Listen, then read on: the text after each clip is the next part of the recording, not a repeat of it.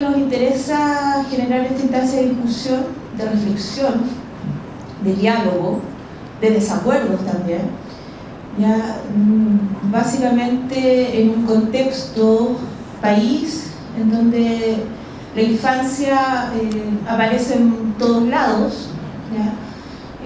Aparece en los medios de comunicación, aparece en los discursos políticos, ¿ya? Por ahí se dice últimamente que la infancia es lo primero. Estaba esta idea de Sebastián Piñera de los niños en primera fila, ¿ya? Olvidando que quizás en las últimas filas donde pasan las cosas. Pero bueno, mi recuerdo infantil era eso, que nos sentábamos atrás para hacer cosas interesantes, no adelante. Y pensando que también la infancia obviamente es un campo también de disputas éticas y morales, ¿ya? Porque en el fondo es como quien no está de acuerdo con que exista una política de infancia, con que protejamos a los niños, ¿ya? Y todos estos discursos filantrópicos, creo yo, que están dando vuelta, ¿ya? Y que parecen más retóricas porque efectivamente la situación de la infancia en Chile es bastante deplorable, ¿ya? No solo la infancia, esa infancia espectacularizada que aparece en los medios de comunicación bajo la idea de los niños cenamen, ¿ya? De los niños vulnerabilizados, los niños excluidos, sino que también yo creo que la infancia a todos niveles, ¿ya? En ese contexto es que, bueno, hemos creado este espacio con bastante esfuerzo. Yo quiero agradecer también a las personas que se animaron a enviar sus trabajos, a los ponentes que vienen ahora, que vamos a estar durante toda la mañana escuchando sus presentaciones, porque la verdad es que es un esfuerzo tremendo poder generar este espacio, ¿ya? Y esperamos que sea de su agrado. Si no lo es, háganos llegar también nuestras evaluaciones, ¿ya? Pero por sobre todo, insisto, la idea es que podamos construir y reconstruir, bueno, qué está pasando con la infancia en Chile y dar cuenta de los posicionamientos críticos, ya, en torno a estas políticas de infancia que hoy día básicamente están atendiendo una especie de domesticación de las infancias, ¿ya? Y desde una crítica que nosotros tenemos, desde el cual nos estamos instalando, que efectivamente pareciera que los discursos de la infancia no pueden salir del ámbito de la vulnerabilidad y de la familia, ¿ya? Y la crítica más fuerte justamente es pensar que las infancias se construyen en un contexto mucho más amplio, a partir de fuerzas sociales mucho más amplias que el espacio doméstico y privado, ¿ya? De lo que son las relaciones personales al interior de la familia. Bueno, doy inicio entonces a la ronda de presentaciones. Si me pasan el programa, por favor, ya, que está súper grande. Se agradece. Bueno, esta mesa tiene por nombre dispositivos de intervención estatales de, entre comillas pusimos, protección a la infancia en riesgo en el caso del Servicio Nacional de Menores, ya CENAME. Entonces vamos a partir con una ponencia que tiene por título Significados del género en intervención social con infancia, análisis de las categorías de género utilizadas por equipos de intervención de organismos colaboradores de CENAME, ya que será presentada por Karina Stormersan de la Universidad de Chile, y una segunda ponencia que es de Sebastián Soto Lafoy de la Universidad Andrés Bello, CENAME y el control contemporáneo de la crianza. Bueno, no sé qué me digo. ¿Tienes una presentación? Una presentación, sí. Karina, ¿verdad? Sí. No, ¿cómo le puedo ir pasando? No sé. ¿Cómo se ve tu mensaje? Porque tiene como mucha animación. Claro, ¿eso qué son? ¿Sí? ¿O cambio? Uy,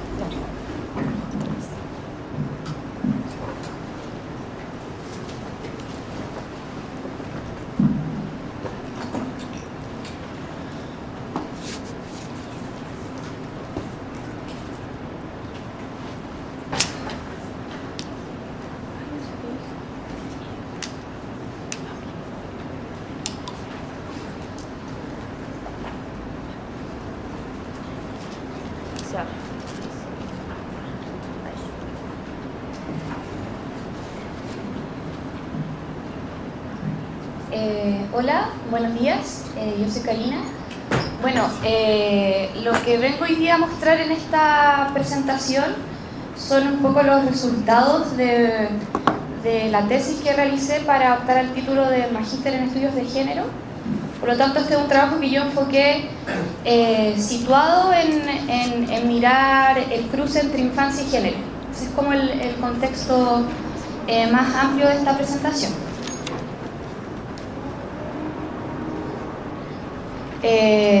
Bueno, como introducción, como les decía, este trabajo se sitúa desde la intervención social y el cruce que se produce entre, o sea, este espacio de intervención se sitúa entre el trabajo que desarrolla CENAME y los organismos colaboradores. Si bien no es foco de esta presentación, pero sí me parece importante relevar cuando uno habla de procesos de intervención con infancia, en específico con CENAME, relevar este espacio bien difuso y complejo que se produce en la relación misma que existe entre la institución CENAME y todas estas series de fundaciones que son las que finalmente ejecutan las intervenciones. Esa relación es una relación bastante compleja, difusa y llena de un montón de elementos que complejizan aún más los procesos. Otro elemento que traigo a colación es precisamente el tema del género y la infancia, cómo pensamos la infancia como una experiencia dinámica en donde está cruzada por una serie de variables, entre ellas la variable de género, raza, clase, cómo también se van cruzando para dar cuenta de la experiencia de las niñas, niños y adolescentes. Ahí la noción de diferencia también es súper potente, cómo reconocemos las diferencias entre las infancias. Bueno, también otro elemento que es súper importante es que el análisis que voy a presentar proviene desde los estudios de género, por lo tanto metodológicamente se apoya en un análisis que pretende incorporar todas estas variables, y los dispositivos de intervención, como mencionaba, es hacer un zoom a ello. Por lo tanto, la pregunta central de esta presentación es cómo en las intervenciones sociales con infancia, qué es lo que se hace en nombre del género. O sea, tenemos toda la institucionalidad, CENAME, las bases técnicas que indican que hay que incorporar la perspectiva de género dentro de las intervenciones. Eso discursivamente está. Ahora la pregunta es, ¿cómo se llena esa palabra? ¿Qué significa el género en las intervenciones? ¿Qué es lo que se está haciendo? ¿Qué se hace en nombre del género? Por lo tanto, como antecedentes, ya lo mencionamos un poco en la lámina anterior,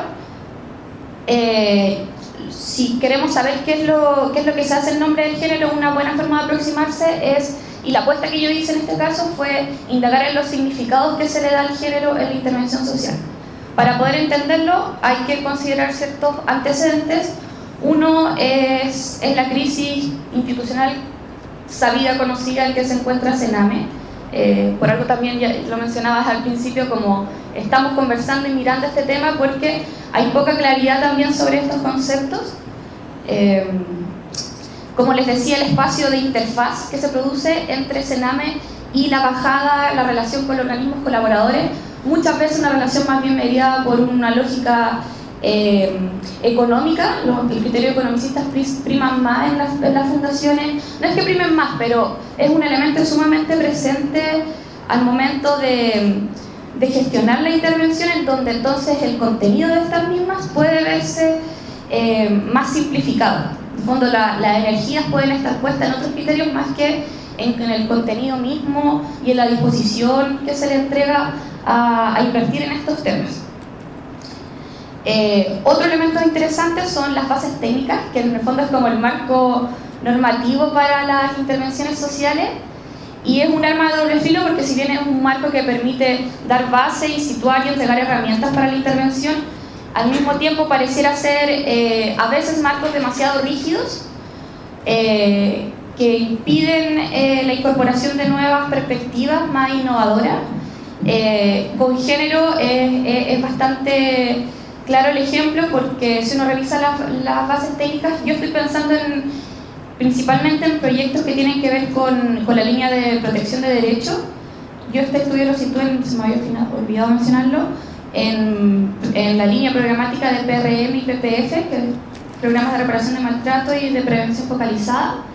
Entonces, desde ahí, si uno revisa las bases técnicas, el apartado que dice incluye el enfoque de género es súper amplio, que en el fondo es como todo y nada al mismo tiempo, como incluye el género porque es importante, pero ¿qué es? Queda un poco en la nebulosa. Otro elemento importante es que queda poco claro la relación, cómo se tiene que en el fondo, no es la palabra coordinar, sino que cómo se va enlazando el enfoque de derechos con el enfoque de género. Ahí se produce hartas tensiones, porque ya el enfoque de derechos lleva más tiempo como siendo incorporado, está mucho más masticado en la mente de quienes intervienen en las bases técnicas, entonces hay como un discurso más aceptado y que entra como en tensión con el enfoque de género porque es como, ¿cuál es más importante? Uno el otro, empieza un poco ahí como a haber ciertas disputas implícitas sobre si utilizo el enfoque de derecho, entonces no utilizo el enfoque de género, si utilizo mucho el enfoque de género, dejo de utilizar el enfoque de derecho, ahí se producen ciertas confusiones también. Súper importante para cuando se plantea incorporar la perspectiva de género. Yo me di cuenta en este estudio de la importancia que tiene el rol de los supervisores en primer lugar, la importancia en el sentido de que, dado que las bases técnicas no dicen mucho qué es el género, la interpretación sobre qué es depende de cada supervisor, de este cargo que existe, que en el fondo es la relación entre el Sename y la institución. Está este cargo que es el supervisor técnico, que va a los equipos y dice, bueno, así es como tenemos que trabajar. La interpretación que hace el mismo supervisor es súper decidora, como finalmente hace una traducción, pero que muchas veces es arbitraria, es lo que comentaban los equipos a los que yo entrevisté, y mucha disparidad entre, puede venir un supervisor y decir una cosa, no, si no es tan importante el género, otro decir, sí, es muy importante, hay que incorporarlo, entonces hay muchas discrepancias. Y otra segunda interpretación es la misma que hacen los equipos de intervención. Es decir, también ellos reconocen que pasa por ellos y sus experiencias personales de vida y las concepciones personales que tienen en relación al género, cómo ellos lo incorporan. Entonces, previo a estas dos como mediatizaciones, es que finalmente surge alguna especie de reconocimiento de género a la infancia. O sea, no es lo que quiero decir con esto es que no es un proceso simple o lineal o que esté escrito o que sea igual en todos los casos, sino que está mediatizado por un montón de complejidades, sumada también al espacio mismo de la intervención social, en donde hay relaciones de poder entre quienes intervienen y los sujetos intervenidos. Si uno piensa en teoría de género, es un elemento sin duda a tener en consideración porque las relaciones de poder implican jerarquías que tienen impactos también en las experiencias de género. Metodológicamente, antes de entrar a los resultados, contarles que lo que se hizo fue una revisión documental, como les decía, de las bases técnicas, de la legislación que existe al respecto en relación a los programas sociales de infancia. También se realizaron entrevistas a los directores de los proyectos y focus group a los equipos de intervención. La apuesta metodológica principal, y lo que a mí personalmente más me interesó hacer en esta revisión documental y las entrevistas, fue ver cómo el enfoque de género aparece, pero no aparece en el discurso oficial. Claramente hay un como discurso esperado de decir, bueno, el género, no sé, es importante, tiene que ver que el género es social, no es anclado en el sexo, y todos esos discursos que ya están más o menos asentados, sino que poner atención en lo que no se dice cuando se está diciendo algo.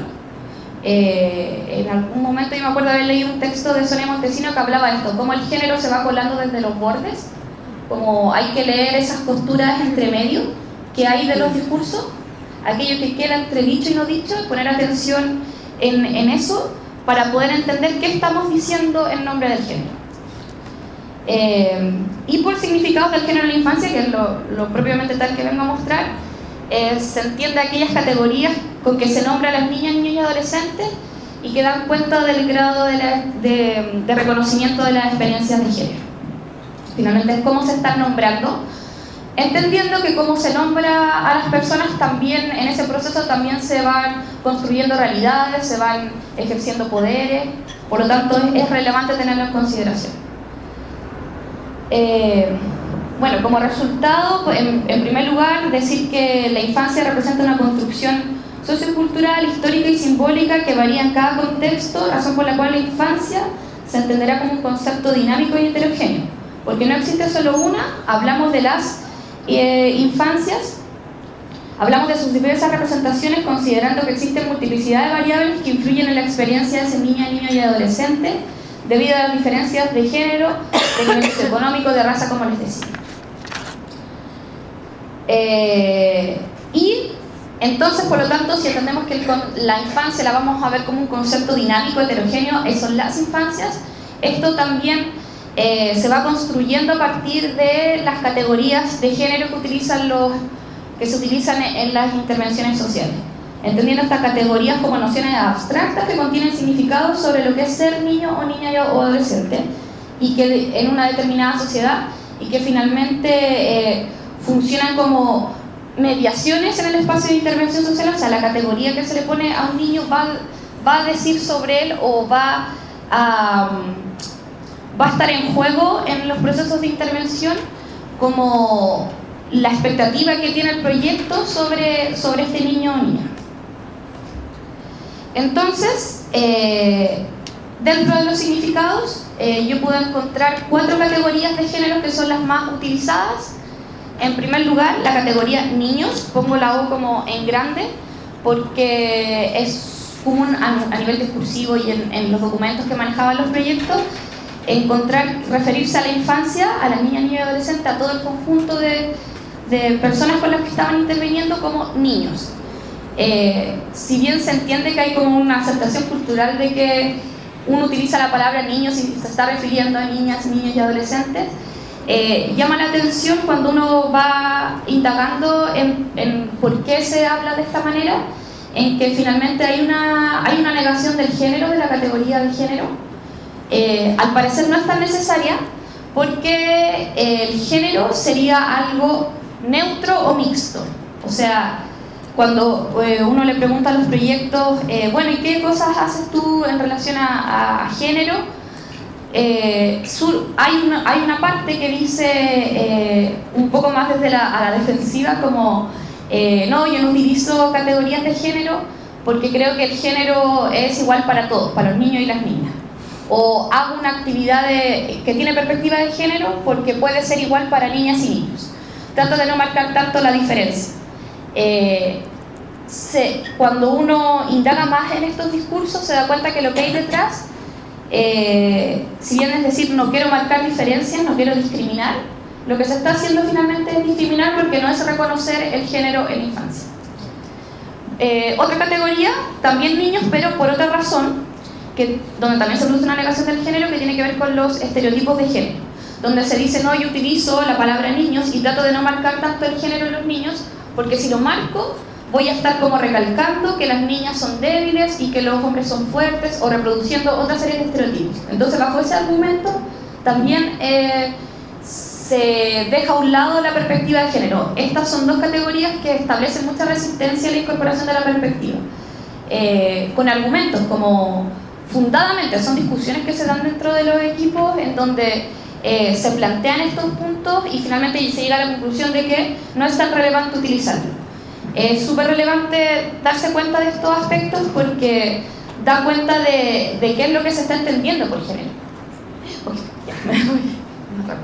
Otra categoría es la de vulnerados, y es la más común, la que más se utiliza, que es donde solamente la infancia se reconoce en relación a su vulneración, y la experiencia de vulneración, que fue la que los llevó a estar en los proyectos, es la que totaliza la existencia. O sea, el niño es solamente maltratado, abusado, y esa categoría nubla cualquier otra y cualquier otra posibilidad que exista, que se incorporen otras perspectivas, entre ellas el género.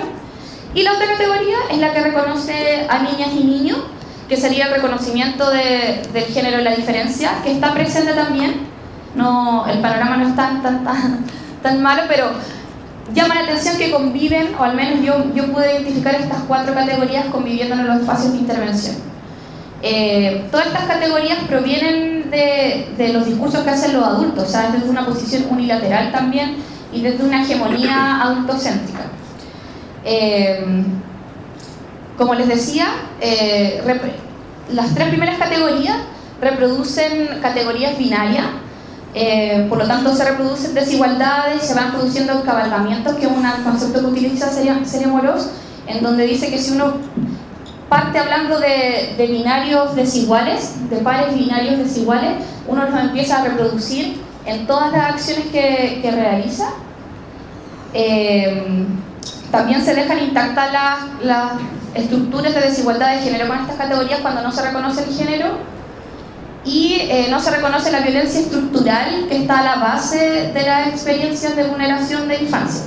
La intervención se ve como algo aislado y no se reconoce como esta violencia estructural. Cuando se reconoce el género de la infancia, sí podemos encontrar algunos obstaculizadores y facilitadores para que se reconozca el género de la infancia.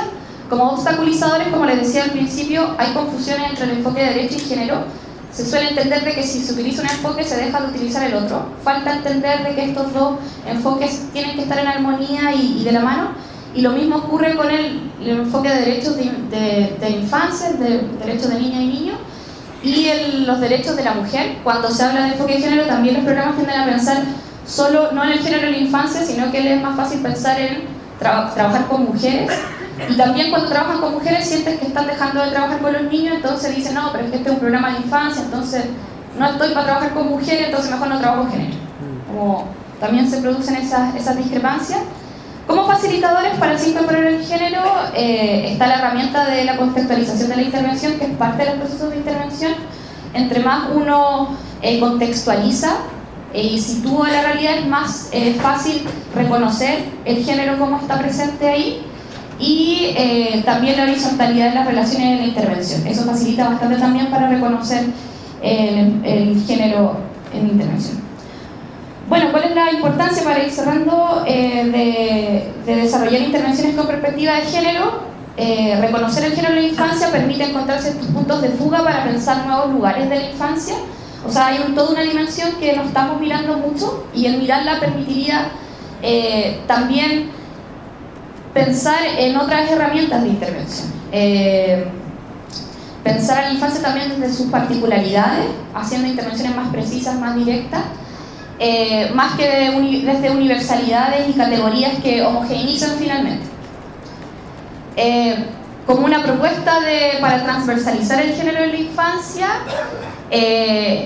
otra de las cosas que ocurre es que se ve la intervención por un lado y el género por otro, y si hay alguna acción de género es como que esta acción pasa por al lado y es algo específico, tal vez un taller esporádico que se hace, una sesión que se trabajó.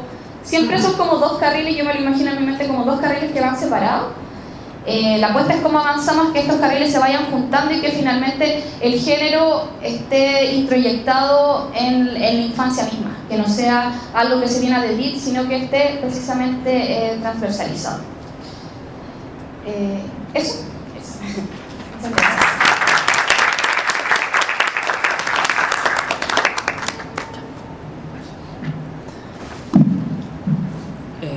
Buenos días.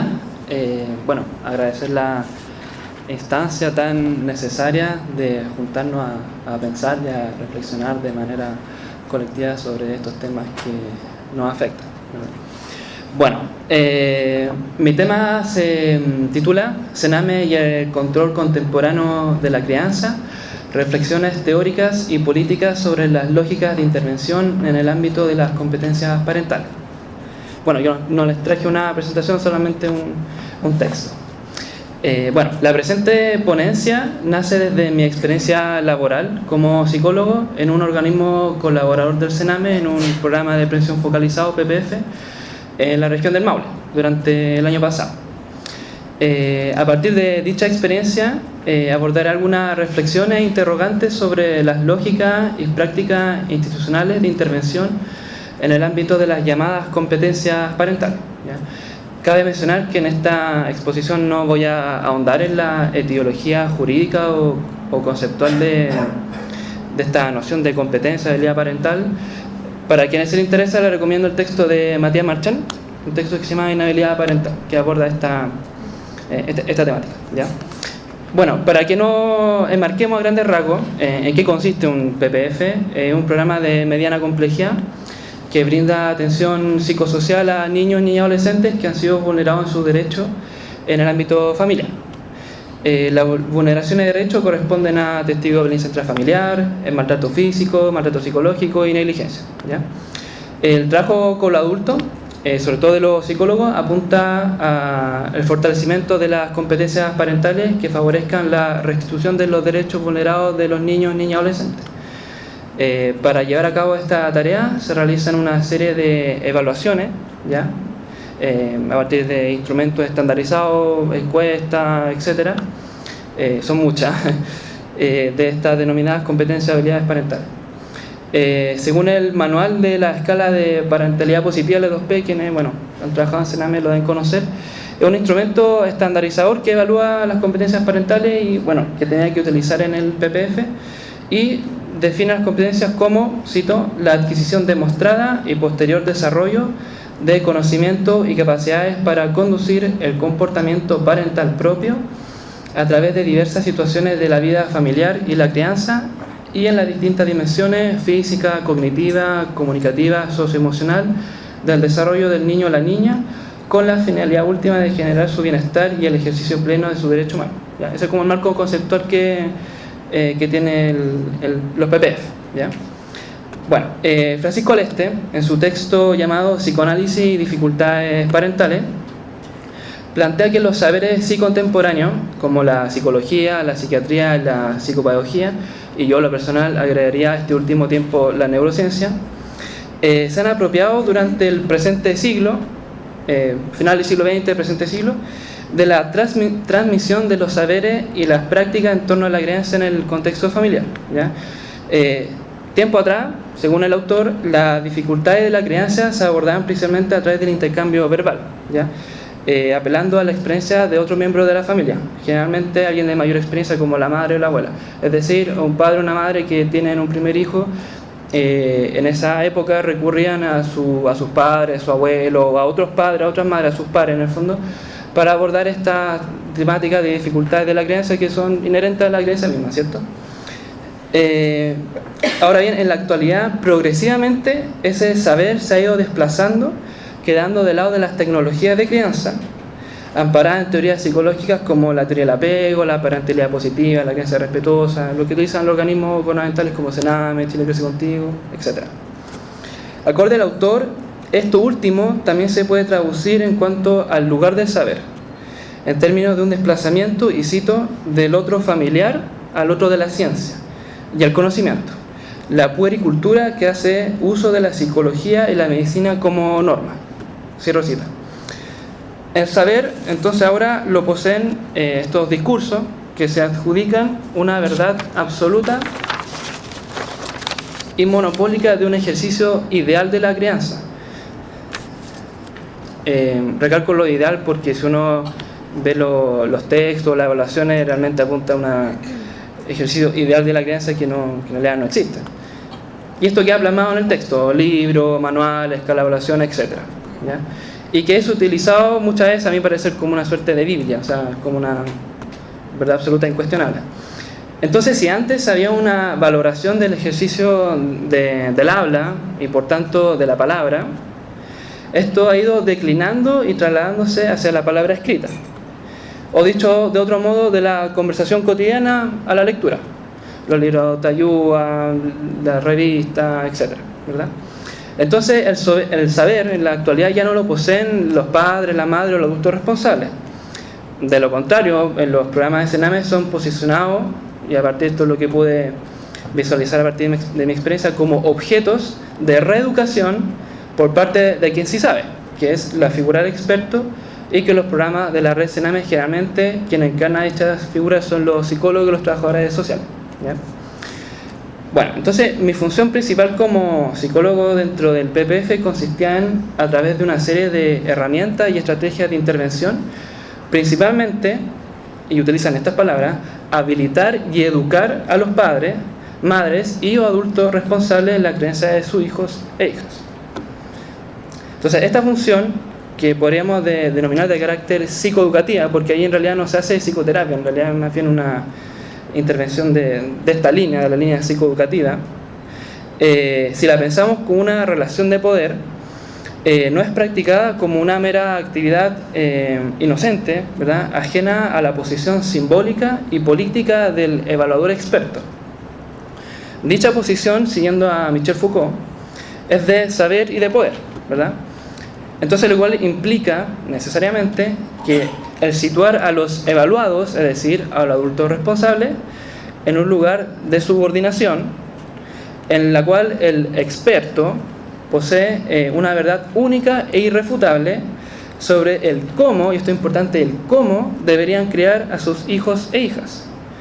Por lo que se establece una relación jerárquica, ¿verdad?, en la que el adulto responsable solo debe seguir las recomendaciones y consejos, y lo digo entre comillas porque mi experiencia en realidad es que esas recomendaciones y consejos lo que esconde implícitamente son mandatos y órdenes, pero se plantea de una manera más políticamente correcta, como una recomendación, como un consejo, como un tip, un típico tip. Y que fundamenta el evaluador su saber sobre la crianza en el texto escrito, los manuales, las teorías, la escala, la entrevista semiestructurada, etc. ¿Ya? Entonces, en esta línea, la evaluación psicológica, presentada como una herramienta de carácter supuestamente neutral, científica, apolítica, siempre atribuirá los errores y las dificultades de la crianza a las características psicológicas individuales del adulto responsable, ¿verdad? Desconsiderando las condiciones contextuales, materiales, sociales, educativas, culturales, ¿verdad? O sea, siempre la culpa, por así decirlo, es del adulto. Siempre la lógica del déficit, que no es capaz de darle un bienestar a su hijo, de comunicarse de buena manera, de jugar con él, etcétera, etcétera. Entonces, aquí lo que es interesante es pensar en la dimensión política de la evaluación psicológica acorde a los parámetros del neoliberalismo. Tal como plantea Ismael Fernández, quien escribió un texto en una jornada de presentación de la Casa del Cerro el año pasado, llamado, si recuerdo, Evaluación de habilidades parentales, reflexiona en torno a la violencia de la transparencia en la sociedad neoliberal. Entonces, bueno, cito, Ismael dice: el neoliberalismo no transmite la sensación de dominación soberana biopolítica, en términos Foucaultianos, sino que por el contrario, el sujeto internaliza al amo y al esclavo en una psicopolítica que capitaliza al yo como una infraestructura de las demandas de la modernización y sus ideales. En el caso de la parentalidad, las posibilidades de ser buen padre o buena madre como coacción del rendimiento y la optimización de la conducta. En este tipo de subjetividad, desprovista de la negatividad del otro, el fracaso será siempre individual, o en el caso que nos compete, la inhabilidad siempre corresponderá a los padres, pero nunca al sistema. Entonces, esta cita nos permite pensar que hay una operación política de psicologización de las prácticas de crianza, ¿verdad? O sea, siempre atribuir, en este caso, la dificultad de la crianza a características psicológicas individuales de los padres y nunca a las condiciones contextuales en las que están insertos. Entonces, la psicologización diluye una mirada colectiva de la realidad social y material. La psiquis, entonces, despojada de lo social y lo político, son dos cuestiones separadas. Pero esta separación no es azarosa ni casual. Responde a una estrategia de invisibilización de las desigualdades sociales, la estratificación social e inclusive de la lucha de clase, en términos marxistas. Las intervenciones en las cuales hay un fundamento psicologizador generalmente van acompañadas de lógicas de sospecha, control y fiscalización del ejercicio de la crianza, instaurando y legitimando la sospecha constante de aquello que está fallando, que no cesa de aparecer y que pareciera ser que no se puede eliminar por la vía de la psicoeducación. Así, los adultos responsables son posicionados como objeto de reeducación, negando significativamente su historia, su sufrimiento subjetivo y sus condiciones materiales de existencia. Entonces, de esta manera, el trabajo con dichas prácticas de crianza pasan a expresarse como una suerte de violencia simbólica, social e institucional hacia los padres y las madres más vulnerables. Violencia simbólica porque reproduce un ideal abstracto de buen padre o buena madre, amparado en ciertos comportamientos, valores y prácticas, y que no se adecua a dicho ideal, inmediatamente es catalogado como negligente, inhábil, incompetente. Violencia social porque el público objetivo que padece las prácticas de control, sospecha y de confianza son, en su mayoría, como sabemos, familias provenientes de sectores de vulnerabilidad socioeconómica. No es casualidad en este punto, por ejemplo, que no estén insertos territorialmente Oficina de Protección de Derechos, PD, en las comunas de Providencia, Las Condes y Loitecura, como si los niños y adolescentes en esas comunas no fueran vulnerados en sus derechos. Violencia institucional porque la clasificación de inhabilidad parental es utilizada muchas veces como un argumento suficiente en sí mismo por el discurso jurídico y psicológico para separar abrupta e injustificadamente a niños y niñas de sus familias de origen y traslado a hogares residenciales, donde sabemos que las condiciones de vida no son necesariamente mejor que en su familia de origen. Cabe recalcar que, acorde a datos del Sename del año 2012, solo el 5% ingresó al sistema residencial por maltrato y menos del 7% ingresó por abuso sexual. En el resto de las causales de ingreso a la residencia hay varias donde aparecen textual, por ejemplo, niños viven en sector de exclusión, interacción conflictiva con la escuela, familia indigente. ¿Ser pobre significa ser incapaz parentalmente?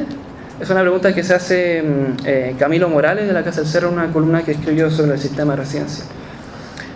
Bueno, si las personas más afectadas por esta modalidad de evaluación son familias en contexto de vulnerabilidad socioeconómica, es posible plantear que la violencia de la evaluación tiene un carácter de clase. Ahora bien, hay otro elemento, a mi parecer, imprescindible para este análisis que tiene que ver con la cuestión del género. En una columna de opinión que apareció en el concierto, que es muy interesante, se la recomiendo, escrita por la psicóloga Ana Paula Viñales, plantea un dilema ético en Sename, uno de tantos más, respecto a la evaluación de las habilidades parentales en mujeres víctimas de violencia de género. ¿Madres negligentes o víctimas del patriarcado? Es la interrogante que plantea esta autora. Viñales sostiene que en el abordaje de las habilidades parentales suele reproducirse la violencia patriarcal de subordinación de la mujer al lugar exclusivo de madre, negando su subjetividad e historia en tanto mujer.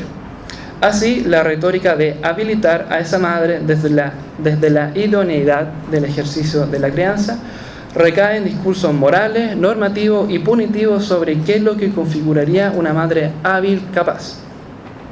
No es de extrañar en este ámbito que la mayoría de las intervenciones psicosociales con los adultos responsables son dirigidas, pensadas, confeccionadas hacia las madres.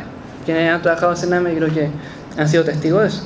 Intervenciones que lamentablemente suelen reproducir la violencia patriarcal en la institución, sobre responsabilizando y culpabilizándola por la dificultad en la crianza. O sea, el padre acá es como un anexo, como que no está muy poco presente en general. Así, estas mujeres llegan a padecer una doble opresión, por un lado de sus agresores y por otro lado de la institución. Distintas formas de violencia, y a veces bastante similares, que las invalidan en tantos sujetos constituidas por una historia y un contexto determinado. Para ponerle un ejemplo para que se den cuenta un poco las aberraciones que uno escucha en estos programas, cuando yo recién empecé a trabajar atendí a una señora que sufrió violencia de género durante muchos años por parte de su pareja y de hecho en 2 ocasiones la trató de matar. Y a partir de eso se fue con su hijo, se fue a la casa, se fue a otra y llegó después de un tiempo este señor y como que se coló, por así. Y yo le comenté esta situación a la trabajadora social para hacer la derivación al centro de la mujer y me dicen con estas palabras que ella había sido negligente porque no había sacado a su hijo antes de su casa. Tipo de aberraciones que uno escucha en el cine. Bueno, si lo planteado hasta ahora permite sostener que el trabajo con las competencias parentales se configura no solo como una forma de violencia institucional, sino que además en una institucionalización de la violencia, me parece pertinente, por tanto, el cuestionarnos la violencia de la intervención. En palabras de Aleste, cito, ¿los fenómenos de violencia pueden ser tratados mediante la violencia de la intervención? Por cierto, esta violencia no es sino una fuerte segregación. Este saber ausculta la pobreza, su riesgo. El alcoholismo, la cesantía, la desescolarización, la precariedad material tienden a ser convertidos por efectos de una subversión, una operación de cambio de signos verdaderamente asombrosa, en nombres que pasan a designar cualidades esenciales separadas de su vertiente real, simbólica e imaginaria: negligencia, abandono, vulneración. Etiquetas pseudocientíficas que no tienen otro peso que borrar, por vía de un diagnóstico, la violencia estructural de una forma de vida social marcada por la postergación, el desamparo y la inequidad. He aquí un acto de perversión en la medida que legitima un violento cuestionamiento de la forma de hacer familia, más precisamente los modos de hacer parentalidad. Cierro cita. Si la evaluación psicológica de las prácticas de crianza, y especialmente en los instrumentos estandarizadores, dificultan el observar y sobre todo el escuchar las dificultades de la crianza más allá de lo visible, más allá de la superficialidad del discurso de la conciencia, o de lo que se puede ordenar, categorizar e inclusive cuantificar.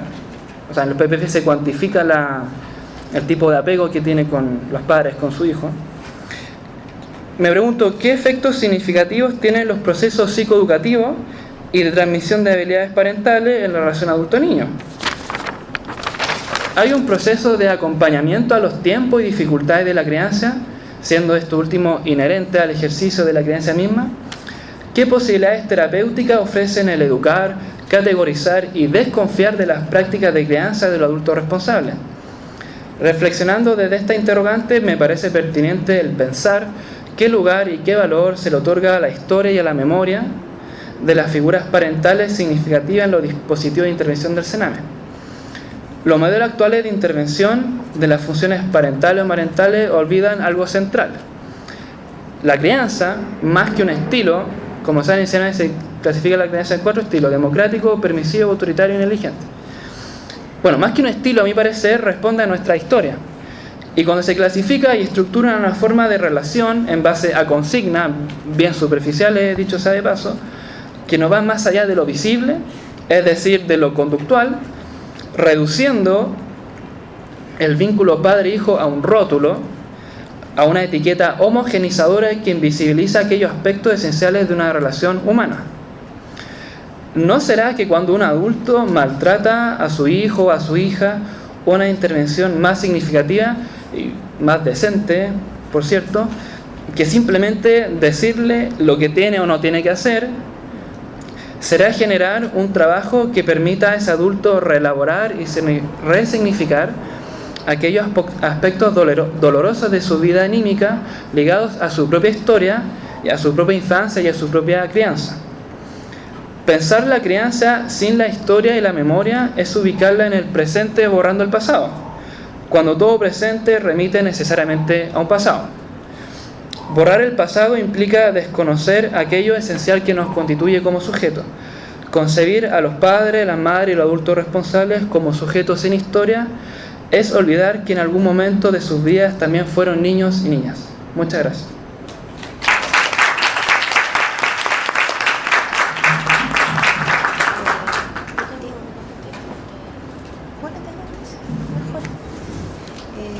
Bueno, ahora vamos a presentar a Daniela Pillo, Niñas y CENAME, políticas, discursos y prácticas en la intervención residencial.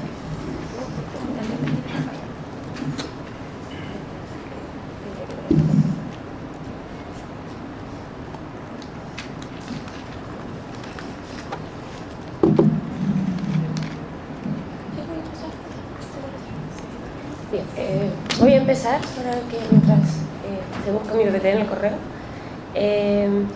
Bueno, esta investigación nace de mi grado de magíster en la tesis que yo realicé en estudios de género, y comienza un poco planteándonos desde que en Chile actualmente, en los últimos años, se han hecho diversas acciones políticas en pro de cumplir ciertas convenciones internacionales. Por un lado, la Convención contra todas las formas de discriminación contra la mujer y la Convención Internacional de los Derechos del Niño.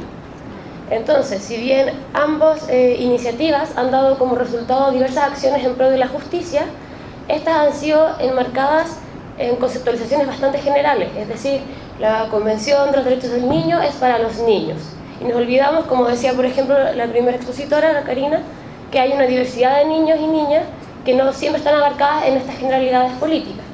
Y por otro lado también tenemos la Convención de la Mujer, que siempre están dirigidas a las mujeres adultas. Siempre especialmente se deja de lado a las mujeres, por ejemplo, racializadas, a las niñas, a las mujeres de la tercera edad, etc. Entonces, en ese marco, las niñas quedan invisibilizadas en un borde, en una frontera en que no caben siempre dentro de los niños y niñas, pero tampoco caben dentro de estas políticas referidas a las mujeres. Está abriendo, así que, para continuar. Es como la expectación. Muchas gracias. Porque tienes que entrar a la pantalla de Carla, está complicado.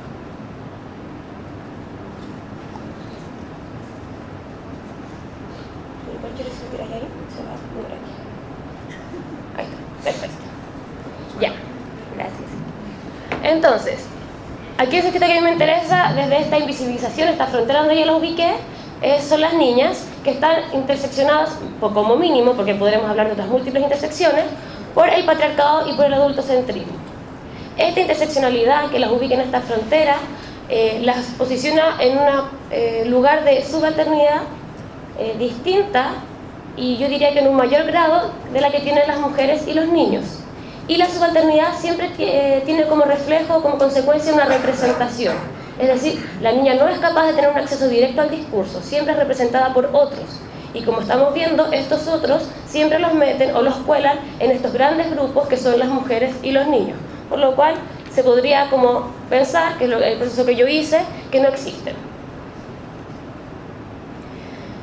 Por otro lado, contextualizando, las vulneraciones donde las niñas presentan índices más altos son el maltrato psicológico, según denuncia vista por el Observatorio de la Niñez y la Adolescencia, la Corporación Opción y la Corporación Humanas, el trabajo doméstico y de cuidado, el abuso sexual, el embarazo adolescente y la deserción escolar, y el sesgo de género en la educación. Entonces, el objetivo de investigación era analizar la relación entre prácticas y discursos sobre las experiencias de vulneración en niñas que se encuentran en residenciales CENAME. Estos discursos, primero planteados desde la política pública: ¿existen las niñas para la política pública de mujeres y de niños? Y también desde los discursos que se emanan desde la misma intervención residencial en el CRAD Galvarino, que es al que yo asistí para hacer una etnografía. Ya, para mi análisis, que yo encuentro que son conceptos dos fundamentales para un poco entender el panorama en el que se está viendo la investigación. Primero es la interseccionalidad, es decir, asumir que nosotros vivimos en un sistema complejo de estructuras de opresión múltiples y simultáneas, donde un factor de discriminación interactúa con otros mecanismos de opresión. Pero esto no es una suma de factores, sino que se articulan de una forma que se crea una nueva dimensión de identidad y por ende de subordinación. Es decir, cuando hablamos de niñas, no es mujer más niño, es una niña en un contexto completamente distinto, de una experiencia completamente distinta a la que vivir una mujer o un niño.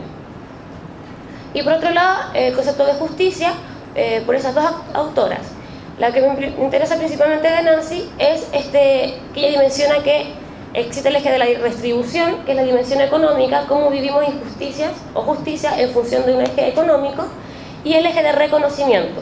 Lo interesante es que esta autora lo aplica como súper innovadoramente a las mujeres, cómo las mujeres viven esta bidimensionalidad, es decir, tienen menor acceso a los recursos económicos, están mal pagadas, tienen trabajos más precarizados, tienen poco acceso al trabajo, etc. Pero también al de reconocimiento, son miradas en menos. O sea, incluso por algo los trabajos feminizados son los trabajos peor pagados. Pero si no se da cuenta, estas mismas dos ejes también se pueden atribuir a los niños y las niñas.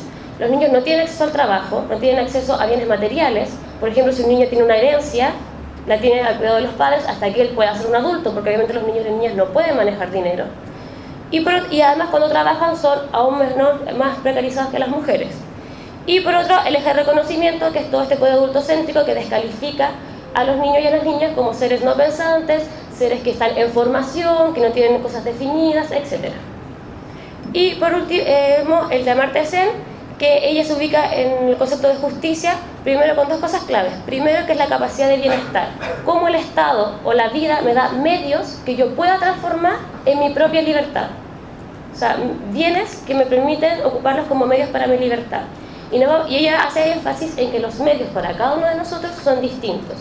Es decir, yo necesito distintos medios para convertirlos y alcanzar mis medios para la libertad. Y por ende, niños y niñas van a necesitar distintos bienes para traducirse en libertad y justicia. Y por ende, y también después diferencia la capacidad de agencia y la capacidad de bienestar. La capacidad de bienestar es estar bien, como, duermo, estoy cómodo. En cambio, una capacidad de agencia, como lo identifica Amartya Sen, es cuando yo tengo la capacidad, el empoderamiento de hacer con la vida lo que yo quiero hacer. Entonces es diferente tener a un niño bien cuidado en el Sename, en una capacidad de bienestar, en que lo alimento, tiene una camita, se baña, a hacer como una intervención de reparación que apele a una capacidad de agencia, es decir, que el niño pueda después, cuando salga, hacer con su vida lo que él quiere o lo que ella quiere. Dicho esto, lo que yo hice fue una etnografía en el CREAD Calvarino. ¿Por qué me interesó? Porque al fin y al cabo es los sujetos niños y niñas que están en un centro administrado directamente por el Estado, es donde debiese caer directamente la política pública. O sea, no hay intermediarios como un privado, no hay intermediarios como un papá, una mamá, una familia. Es decir, el Estado está al cuidado directo de esos niños y niñas. Por ende, sus políticas públicas deberían estar ahí efectuándose. Durante el mes de febrero del año pasado, observé niñas entre 9 y 13 años de la Casa Aurora, que es la casa de sede CREA, y la totalidad estaba ingresada por vulneración de derechos. El CREA Calvarino solo es eso, no es como infractores de ley penal ni nada parecido. Y también analicé las políticas públicas. En las políticas públicas de niñez y adolescencia analicé todas esas, y en las políticas públicas como dirigidas a mujeres analicé todas estas.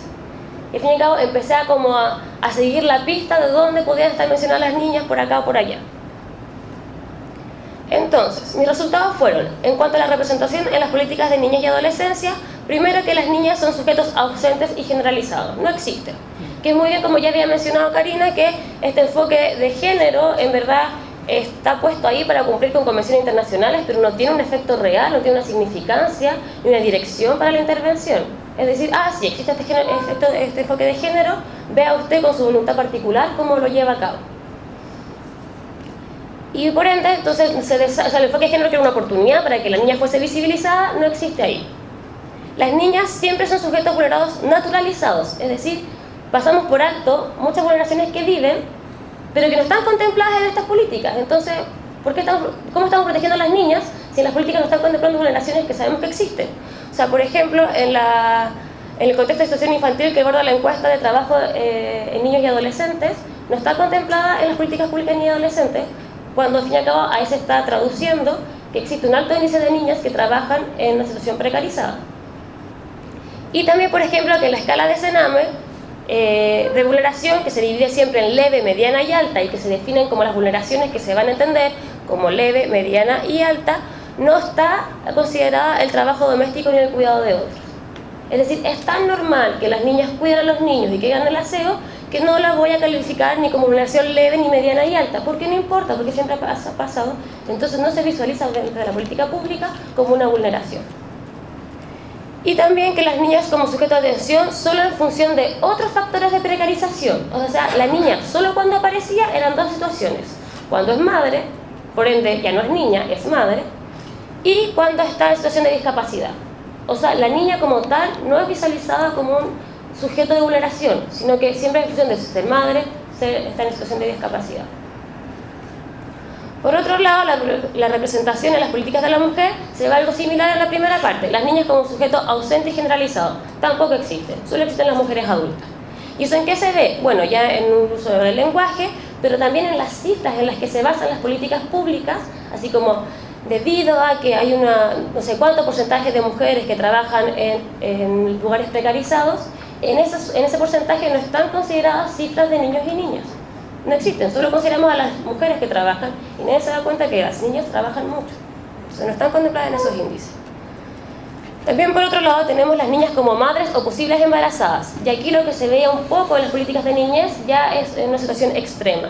Solo existen las niñas si están embarazadas o son madres, no existen en otro ámbito. Incluso es muy interesante porque en el momento en que se dice que está embarazada, el vocablo de la política cambia a madre. Madre de 16 años, madre de 14 años. No es una niña que es madre, es una madre. O sea, completamente eliminar la posibilidad de ser niña. Y este desplazamiento no afecta a los niños, nunca se habla de padres. No importa, si el niño es padre, igual sigue siendo niño. En cambio, si la niña es madre, es madre. Y por último, las niñas como objeto de protección. Es decir, que las políticas públicas de la mujer no posicionan a las niñas como un sujeto de derechos, sino como un objeto de protección. Y esto se ve, por ejemplo, en las medidas de prevención del embarazo o maternidad de carácter adultocéntrico. O sea, el colegio y los padres son quienes deciden la política de educación sexual que se va a dictar en cada colegio. O, por ejemplo, si bien la mayoría de nosotras celebramos bastante el aborto en 3 causales, eso todavía está precarizando a las niñas porque de 14 años y 16 años tienen situaciones particulares que van en contra, por ejemplo, de su derecho a la intimidad, su derecho a su libertad sexual, etc. Porque siguen siendo siempre intermediados por adultos. Bueno, ahí hay un cuadro que lo vamos a imaginar, en que, como el análisis de la etnografía, en que yo vi como que la etnografía, que ya junté los discursos que yo vi en la etnografía mientras yo estaba con ellas y también los discursos de las entrevistas que apliqué, y yo resumí todo esto en el análisis en 3 grandes temas, que son las relaciones de género, el cuerpo y la sexualidad, y el control y la docilidad. Entonces, en relación a las relaciones de género, ¿qué encontré yo en la intervención del CREAD Galvarino? Primero, que hay una desigualdad en el trato entre niños y niñas. Las niñas son más castigadas, tienen menos uso de espacio, tienen menos talleres a los que pueden acceder y que son financiados, etc. Por otro lado, tenemos la reproducción de estereotipos de feminidad. Las niñas, su actividad principal era alisarse el pelo y pintarse las uñas. Y esa era la actividad que se le daba en su día a día en el CREAD Galvarino. O sea, tía, estoy aburrida, píntese la uña. Tía, estoy aburrida, pero alícese el pelo. O sea, no había ninguna actividad que superara un poco los estereotipos de feminidad. Y también se hacía mucho énfasis en el señorita. Compórtese como señorita, sea una señorita. Incluso cuando ellas se insultaban con garabatos, la sanción no era porque estaban insultando a una compañera, sino porque no estaban actuando como señoritas. En honor al tiempo, pueden leer las entrevistas como a reojo porque no alcanzamos. También tenemos un trabajo doméstico y cuidado de otros, muy patente. Este es lo que más se dio. Y también se da en el hogar, en la historia que ellas cuentan de su vida pasada en sus hogares, pero también se sigue reproduciendo en el mismo centro. O sea, las actividades, siempre las niñas están cuidando a alguien. Y aquí me voy a tener una anécdota muy interesante, y es que una niña, bueno, en el CREAD Galvarino hay 2 casas, la Aurora y la Viriluz. La Aurora son las niñas más grandes y la Viriluz son niñas más pequeñas. Las casas de la Viriluz, las niñas pequeñas, tienen la tradición de elegir una madre de la casa Aurora. O sea, las niñas de la casa Aurora adoptan simbólicamente una niña de la casa menor para reproducir un rol materno. Y que significaba preguntarles cómo estaban, curarles las heridas, hacerles cariño, cómo contenerlas, etc. O sea, ni siquiera dentro del centro se están salvando estas labores de estereotipo de género, están reproduciéndolos igual. Y conflicto entre pares, o sea, la enemistad aprendida que habla Lagarde se da aquí con todo el poder. O sea, nuestra competencia por un poco de poder es al fin y al cabo destruirnos entre nosotras. Entonces, se reproducen dinámicas de maternidad, pero no de sororidad. Porque esto al fin y al cabo es frente a los ojos de las tías y de las cuidadoras de trato directo, y ellos no hacen nada para impedirlo. En cuanto al cuerpo y a la sexualidad, es una exposición del cuerpo muy latente. Las niñas se tienen que bañar entre todas, como en una camerina abierto, y se cambian también en la habitación como entre todas. Incluso a mí me invitaron a entrar a la habitación si no hubiera una extraña mientras se estaban cambiando de ropa. O sea, no hay ningún sentido de privacidad o de respeto por el cuerpo de las niñas, sino que muchas están ingresadas por abuso sexual, donde el cuerpo es el mayor contexto en el que se sufrió la vulneración. Y también hay un gran impacto de las sanciones y juicios lesbofóbicos que, por ejemplo, no viven los niños. Había niños que tenían como una expresión que uno podía identificarla como homosexual y no había ningún problema de las tías con eso. Lo invitaban a hacer pulseras, a bailar reggaetón, todo. Pero cuando una niña era un poco, no sé, como este tipo de machota, etcétera, o que se acercaba mucho a una niña, era completamente al tiro como penalizada. Entonces los niños tenían esta libertad, pero las niñas no. Y por último, el poder y el control. Es decir, hay una sanción, o sea, hay un control muy grande en la vida de las niñas que no le permite, como al fin y al cabo, ser quienes son, y se sienten encerradas adentro. Bueno, la obligación de los medicamentos, y también, por ejemplo, la obligación al culto. Tienen que asistir al culto evangélico sí o sí, siendo que fue un estado laico y era un centro del estado. Y aquí la última parte, que es la que más me interesa, es la valoración de la obediencia. Yo a todas las niñas les hice la siguiente pregunta: ¿qué es lo más importante que usted ha aprendido en el CREAD Galvarino? Y todas las respuestas eran: aportarme bien. a no decir garabatos. O sea, aportarme bien es el aprendizaje más significativo que las niñas han tenido en un centro de reparación. No a cuidar mi cuerpo, a mantener una distancia, a saber que yo puedo ser quien quiero ser, al respeto por mí misma. No, aportarme bien. ¿Por qué? Porque todas las dinámicas que están al interior están en función de que se porten bien y que se porten como señoritas. Me voy a saltar esto en honor al tiempo, pero al fin y al cabo, además porque no se ve. Al fin y al cabo lo que yo encontré es que, primero, tanto en políticas como en el centro, hay maternidad, hay trabajo doméstico y hay políticas de control. Entonces, para concluir, primero, las niñas son invisibilizadas por el Estado, no existen. Siempre están sumidas en estas mujeres y en estos niños. Segunda, que el centro actúa como un reproductor de vulneraciones que algunas niñas ya vivían en sus hogares. O sea, el centro no es un centro de reparación, es un centro reproductor de estereotipos de género. Las niñas homogéneas y equiparables a mujeres y niños que se plantean en las políticas públicas no es coherente con estas niñas reales que yo entrevisté. Y por ende existe una necesidad de crear políticas públicas que surjan de un discurso real y aterrizado proveniente de los sujetos a los cuales están dirigidas las niñas. Para hacer políticas hay que preguntarle a las niñas, ¿no? Además a los expertos, ya, bla, bla, pero basta de representación. Las niñas saben las vulneraciones que tienen, es cosa de sentarse con ellas una hora nomás. Y por último, por ende, las niñas son sujetos de injusticia en relación a la dimensión económica y de reconocimiento. Poco acceso, desvalorizadas, ultra castigadas, ultra controladas. Y también para acceder a sus capacidades de bienestar y agencia. Es decir, no se les da los recursos para empoderarse y ser como dueños de sus propias vidas, sino que se reproduce lo que van aprendiendo de la casa y probablemente cuando salgan a reproducir lo mismo con sus hijos y sus próximas familias. Muchas gracias.